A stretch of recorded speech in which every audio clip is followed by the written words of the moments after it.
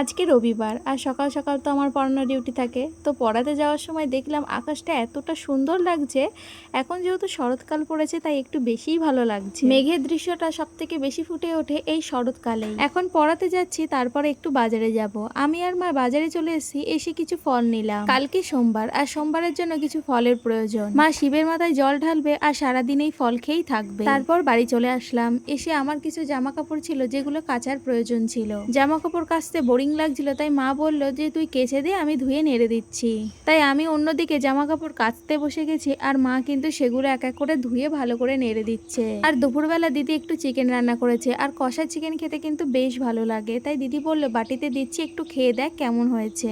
আর চিকেনটা মুখে দিতেই যেন পুরো অমৃত লাগলো। আর দিদিকে আমি বলছি যে সবকিছু ঠিকঠাক হয়েছে, তুই স্টেপ বাই স্টেপ রান্না কর। আর রান্নার কাজে আমি ফাঁকি দিলেও আমার দিদি কিন্তু ফাঁকি দেয় না। আমার দিদি প্রায়শই কিন্তু রান্না করে, আর খুব টেস্টি। সপ্তাহে 1 থেকে 2 দিন আমি নিম পাতার রস মাথায় দিই, বেশ ভালো লাগে, মাথাটা ঠান্ডা।